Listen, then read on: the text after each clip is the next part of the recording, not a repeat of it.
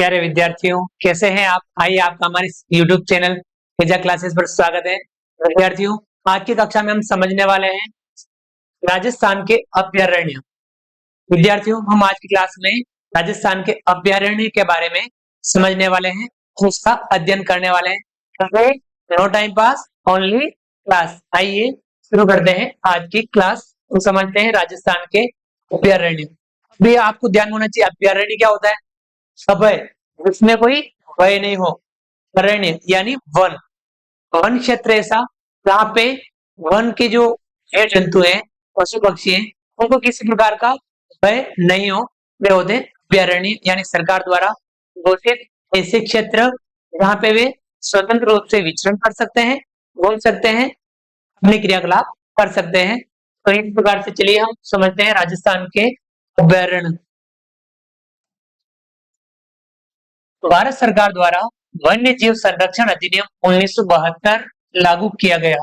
भारत सरकार के द्वारा वन्य जीव संरक्षण अधिनियम 1972 लागू किया गया और इस अधिनियम यानी इस कानून के अंतर्गत बताया गया है कि वन्य जीवों का शिकार करना पूर्णतः प्रतिबंधित रहेगा। इस प्रकार से वन्य जीव संरक्षण, वन्य जीवों को संरक्षण देने के लिए 1972 में अधिनियम बना, कानून बना, वन्य जीव संरक्षण अधिनियम 1972, वाइल्ड लाइफ प्रोटेक्शन एक्ट 1972। इसे राजस्थान सरकार ने 1 सितंबर 1973 को लागू किया। हमारे राजस्थान में राजस्थान सरकार ने 1 सितंबर 1973 को इस कानून को लागू किया अपने राज्य राजस्थान में। 42वें संविधान संशोधन 1976 के द्वारा वन्य जीव विषय को समवर्ती सूची का विषय बनाया गया है। तो 42वां संविधान संशोधन हुआ 1976 में। उस समय वन्य जीव जो विषय है इसको समवर्ती सूची में सम्मिलित किया गया, यानी समवर्ती सूची का विषय बनाया गया। इसके तहत भारत सरकार व राज्य सरकार दोनों इस पर कानून बना सकती है। समवर्ती सूची का विषय हो गया तो इसमें भारत सरकार और राज्य सरकार दोनों ही इस पर कानून बना सकते हैं। वन्य जीव विषय पर दोनों ही सरकार कानून बना सकती है। तो ये ध्यान रखना है, वन्य जीव संरक्षण अधिनियम, wild life protection act 1972 Rajasthan में कब लागू किया गया? 1 सितंबर 1973 को राजस्थान में इस अधिनियम को लागू किया गया। आ गया समझ में ये वाला? आइए तो हम राजस्थान के बारे में पढ़ते हैं। तो हम कुछ आगे बढ़ते हैं राजस्थान के राज्य पशु के बारे में। चिंकारा। चिंकारा क्या है? राजस्थान का राज्य पशु और इसका वैज्ञानिक नाम है गजेला गजेला या गजेला वनेट्टी। चिंकारा का वैज्ञानिक नाम क्या है? गजेला गजेला या गजेला वनेट्टी। 22 मई 1981 को राजस्थान का राज्य पशु घोषित किया गया।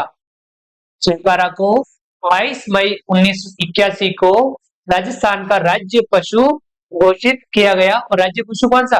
वन्य जीवन। राष्ट्रीय मरु उद्यान व नाहरगढ़ अभयारण्य में ज्यादा संख्या में चिंकारा देखने को मिलते हैं। तो चिंकारा अपने को राजस्थान में कहाँ ज्यादा देखने को मिलते हैं? राष्ट्रीय मरु उद्यान ये कहाँ है? जैसलमेर। और नाहरगढ़ अभयारण्य ये कहाँ है? जयपुर।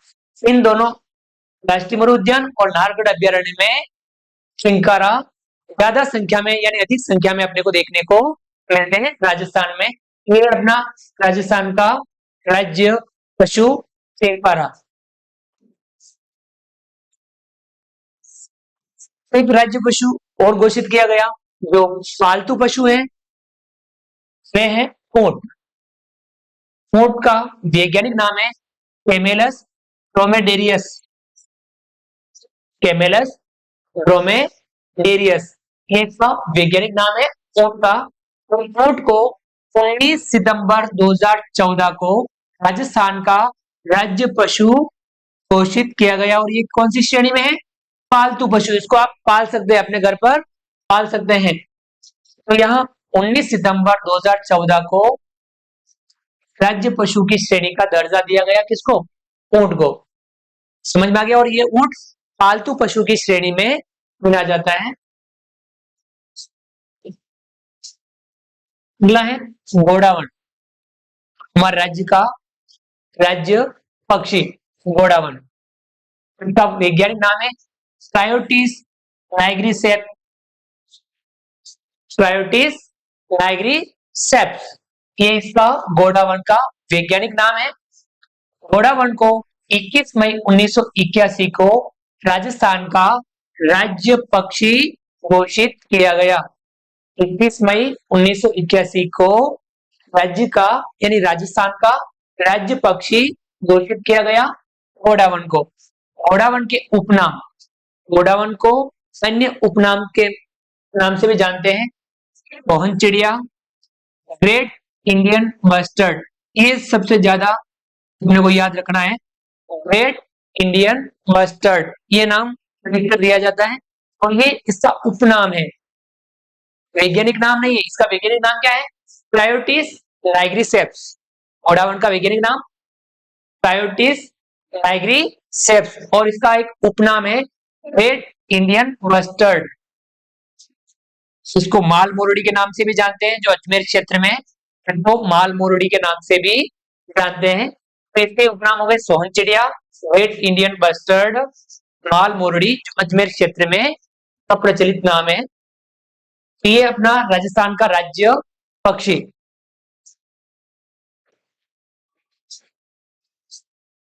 क्योंकि आपको ध्यान में है कि हमारे जो राजस्थान का राज्य पक्षी है उसकी संख्या बहुत कम है और दिनों दिन इसकी संख्या घट रही है।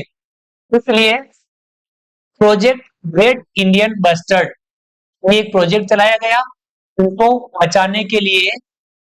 प्रोजेक्ट ग्रेट इंडियन मस्टर्ड, घोड़ावन के संरक्षण के लिए प्रोजेक्ट ग्रेट इंडियन मस्टर्ड। और ये कब चलाया गया? 2013 में घोड़ावन के संरक्षण के लिए राष्ट्रीय मरु उद्यान में, कहां पर? राष्ट्रीय मरु उद्यान में इस प्रोजेक्ट को लॉन्च किया गया। कहां किया गया? राष्ट्रीय मरु उद्यान के अंदर 2013 में घोड़ावन के संरक्षण के लिए project great Indian mustard launch किया गया। प्रोजेक्ट मस्टर्ड लॉन्च करने वाला राजस्थान देश का पहला राज्य है, देश का पहला राज्य जिसने अपने राज्य पक्षी घोड़ावन के संरक्षण के लिए प्रोजेक्ट मस्टर्ड लॉन्च किया। और ये इस प्रकार से लॉन्च करने वाला देश का पहला राज्य है राजस्थान। है समझ में? आइए आगे बढ़ते हैं। अब हम बात करते हैं प्रोजेक्ट टाइगर। तो बात करते हैं प्रोजेक्ट टाइगर। भारत सरकार ने 1 अप्रैल 1973 को बाघ परियोजना की शुरुआत की। वह बाघ को राष्ट्रीय पशु घोषित किया। हमारा राष्ट्रीय पशु क्या है? बाघ। तो भारत सरकार ने 1 अप्रैल 1973 को बाघ परियोजना की शुरुआत की। वह बाघ को राष्ट्रीय पशु घोषित किया। राजस्थान में 3 राष्ट्रीय उद्यान, 27 वन्य जीव अभ्यारण्य हैं। राजस्थान में कितने? 3 राष्ट्रीय उद्यान और 27 वन्य जीव अभ्यारण्य हैं। राष्ट्रीय उद्यान क्या होते हैं? राष्ट्रीय उद्यान केंद्र सरकार द्वारा संचालित होते हैं। राष्ट्रीय उद्यान केंद्र सरकार द्वारा संचालित होते हैं। तो राजस्थान में 3 राष्ट्रीय उद्यान हैं।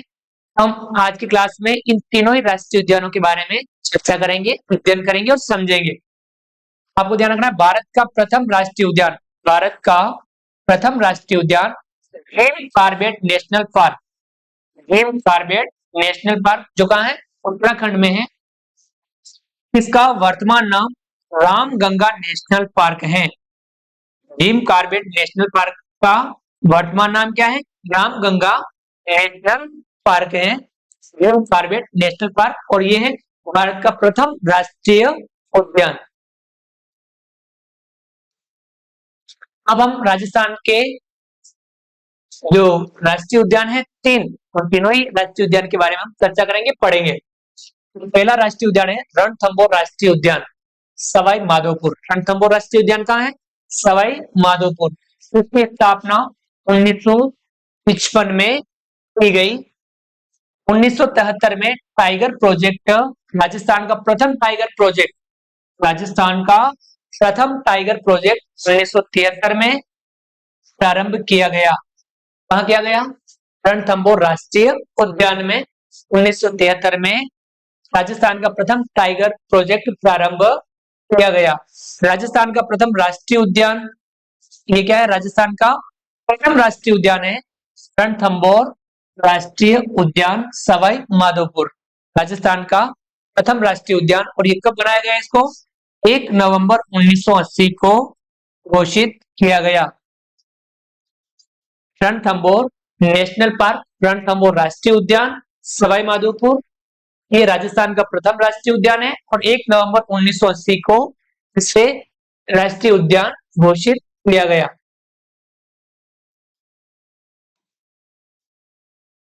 रणथंभौर राष्ट्रीय उद्यान में रणथंभौर को भारतीय बाघों का घर कहा जाता है। ये बहुत ही इंपॉर्टेंट है, भारतीय बाघों का घर किसे कहा जाता है? रणथंभौर राष्ट्रीय उद्यान को कहा जाता है, क्योंकि यहाँ बाघों की सबसे ज्यादा संख्या यहाँ पर है। क्षेत्रफल की दृष्टि से राजस्थान का सबसे बड़ा राष्ट्रीय उद्यान है। क्षेत्रफल की दृष्टि से राजस्थान का सबसे बड़ा राष्ट्रीय उद्यान है रणथंभौर राष्ट्रीय उद्यान सवाई माधोपुर। इस अभ्यारण्य में लाल सिर वाले तोते व काला गरुड़ पाया जाता है। लाल सिर वाले तोते और काला गरुड़ इस अभ्यारण्य में पाया जाता है। अब इस अभ्यारण्य के लिए बारे में भी लेटेस्ट आपको जो जानकारी रखनी है, ऊनो अभ्यारण्य मध्य प्रदेश को आबाद करने के लिए रणथंभौर से गुना मध्य प्रदेश तक बाघ गलियारा टाइगर कॉरिडोर बनाया जाना प्रस्तावित है। एक टाइगर कॉरिडोर बनाया जाएगा, बाघ गलियारा बनाया जाएगा। कहां से?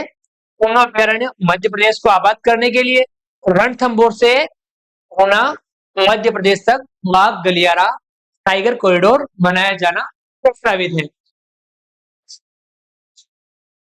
आइए और आगे बढ़ते हैं। अगला जो हमारा राष्ट्रीय उद्यान है राजस्थान का, अगला राष्ट्रीय उद्यान दूसरा केवलादेव घना राष्ट्रीय उद्यान भरतपुर। केवलादेव घना राष्ट्रीय उद्यान भरतपुर, ये दूसरा राष्ट्रीय उद्यान है राजस्थान का और इसकी स्थापना 1956 में की गई। इसकी स्थापना कब हुई? 1956 में केवलादेव राष्ट्रीय उद्यान। और इसको केवलादेव नाम क्यों दिया गया है? इसे केवलादेव के नाम से क्यों जाना जाता है? क्योंकि यहाँ भगवान शिव यानी कैलाश का केवलादेव मंदिर स्थित है। कौन सा मंदिर स्थित है? केवलादेव मंदिर स्थित है, इसलिए इसका नाम केवलादेव घना अभ्यारण्य पड़ा। केवलादेव घना अभ्यारण्य क्यों पड़ा? क्योंकि यहाँ भगवान शिव यानी कैलाश का केवलादेव मंदिर स्थित है, इसलिए इसका नाम केवलादेव घना अभ्यारण्य पड़ा।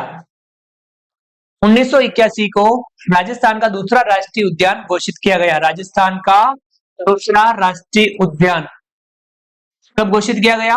1981 को। इसे केवलादेव घना राष्ट्रीय उद्यान को राजस्थान का दूसरा राष्ट्रीय उद्यान 1981 में घोषित किया गया और ये राजस्थान का सबसे छोटा राष्ट्रीय उद्यान है। राजस्थान का सबसे छोटा राष्ट्रीय उद्यान केवलादेव घना राष्ट्रीय उद्यान। केवलादेव राष्ट्रीय उद्यान, इसमें पक्षियों का स्वर्ग व पक्षियों की सबसे बड़ी प्रजनन स्थली के नाम से जाना जाता है। पक्षियों का स्वर्ग, यहाँ सबसे ज्यादा पक्षी पाए जाते हैं, इसलिए पक्षियों का स्वर्ग है। पक्षियों की सबसे बड़ी प्रजनन स्थली है। पक्षी प्रजातियों की सर्वाधिक विविधता इसी अभ्यारण्य में मिलती है। पक्षी प्रजातियों की सर्वाधिक विविधता इसी अभ्यारण्य में मिलती है। 1985 में यूनेस्को द्वारा विश्व प्राकृतिक धरोहर में शामिल राजस्थान का एकमात्र अभ्यारण्य विश्व प्राकृतिक धरोहर में शामिल राजस्थान का एकमात्र अभ्यारण्य केवलादेव गना राष्ट्रीय उद्यान है और उसको 1985 में यूनेस्को द्वारा विश्व प्राकृतिक धरोहर में शामिल किया गया। ये जो अपना केवलादेव गना राष्ट्रीय उद्यान है, ये स्वर्णिम त्रिकोण पर्यटक परिपथ पर स्थित है।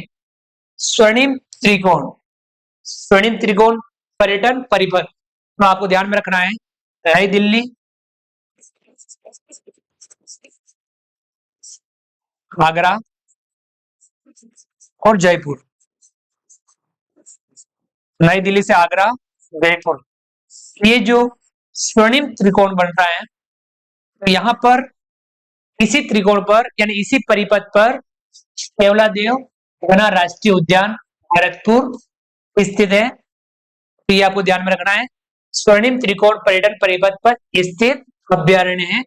इसमें बाणगंगा व गंभीरी नदी, बाणगंगा व गंभीर नदी बहती हैं। इसमें कौन सी नदी बहती है? बाणगंगा व गंभीरी नदियां बहती हैं केवलादेव गना राष्ट्रीय उद्यान में। केवलादेव गना राष्ट्रीय उद्यान इस अभ्यारण्य में शीत ऋतु के समय प्रवासी पक्षी साइबेरियन सारस आते हैं। शीत ऋतु में इस अभ्यारण्य में प्रवासी पक्षी साइबेरियन सारस आते हैं। 1981 को राजस्थान के प्रथम रामसर साइट यानी वेटलैंड स्थल, राजस्थान के प्रथम रामसर साइट कौन सी है? केवलादेव गना राष्ट्रीय उद्यान में शामिल किया गया। कब किया गया? 1981 में। प्रसिद्ध पक्षी वैज्ञानिक बर्डमैन डॉक्टर सलीम अली की कार्यस्थली रही है। ये जो केवलादेव गना राष्ट्रीय उद्यान है, वह हमारे प्रसिद्ध पक्षी वैज्ञानिक बर्डमैन डॉक्टर सलीम अली की कार्यस्थली भी रही हुई है। यह भी आपको ध्यान में रखना है। आया समझ में? आइए आगे बढ़ते हैं। अगला अपना राष्ट्रीय उद्यान तीसरा मुकुंदरा हिल्स राष्ट्रीय उद्यान कोटा चित्तौड़गढ़। मुकुंदरा हिल्स राष्ट्रीय उद्यान कोटा चित्तौड़गढ़, और इसका पुराना नाम क्या था? दर्रा अभ्यारण्य। मुकुंदरा हिल्स राष्ट्रीय उद्यान का पुराना नाम दर्रा अभ्यारण्य। 1955 को अभ्यारण्य घोषित किया गया। 9 जनवरी 2012 9 जनवरी 2012 को राष्ट्रीय उद्यान घोषित किया गया। इसे मुकुंदरा हिल्स राष्ट्रीय उद्यान को राष्ट्रीय उद्यान कब घोषित किया गया? 9 जनवरी 2012 को इसे राष्ट्रीय उद्यान घोषित किया गया। 2013 को बाघ परियोजना का दर्जा दिया गया। राजस्थान का तीसरा टाइगर प्रोजेक्ट, राजस्थान का तीसरा टाइगर प्रोजेक्ट 2013 में मुकुंदरा हिल्स राष्ट्रीय उद्यान इसको घोषित किया गया। यह टाइगर प्रोजेक्ट कोटा, तो ये बाघ परियोजना टाइगर प्रोजेक्ट है कोटा, मोरबी, झालावाड़ व चित्तौड़गढ़ में फैला हुआ है। कहाँ? कोटा, मोरबी, झालावाड़ व चित्तौड़गढ़ में यह टाइगर प्रोजेक्ट फैला हुआ है।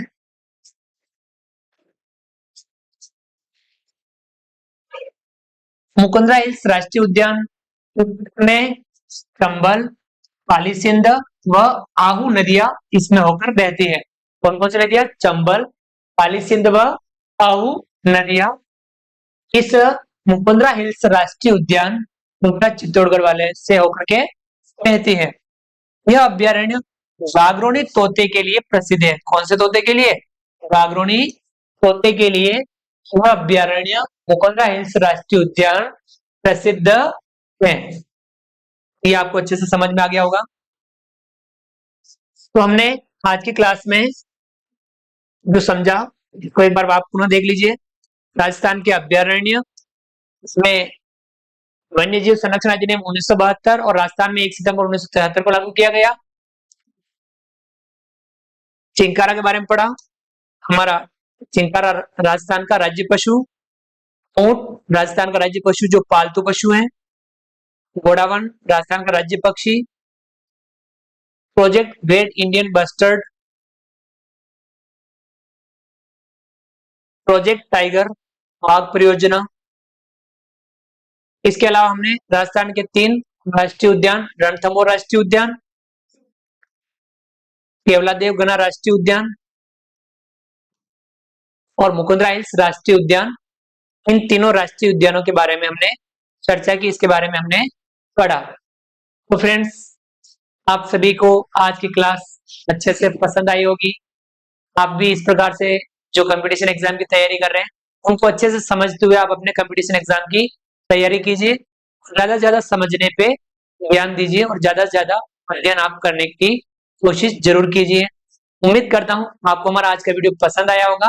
वीडियो को लाइक कीजिए, चैनल पर नए हैं और अभी तक चैनल को सब्सक्राइब नहीं किया हो तो नीचे दिए गए सब्सक्राइब बटन को दबा करके हमारे यूट्यूब चैनल तेजा क्लासेस को सब्सक्राइब कीजिए। बेल आइकन ऑल नोटिफिकेशन के लिए दबाइए ताकि आप तक हमारे लेटेस्ट वीडियो सबसे पहले पहुंच पाए। आप अधिक से अधिक साथियों, विद्यार्थियों तक हमारे वीडियो शेयर जरूर कीजिए और कमेंट्स बॉक्स में कमेंट्स करके बताइए आपको हमारा वीडियो कैसा लगा। फ्रेंड्स, मिलते हैं अगली क्लास में नए वीडियो नए कंटेंट के साथ में। तब तक के लिए थैंक यू, धन्यवाद, जय हिंद, जय भारत। आपका दिन शुभ रहे। Thank you.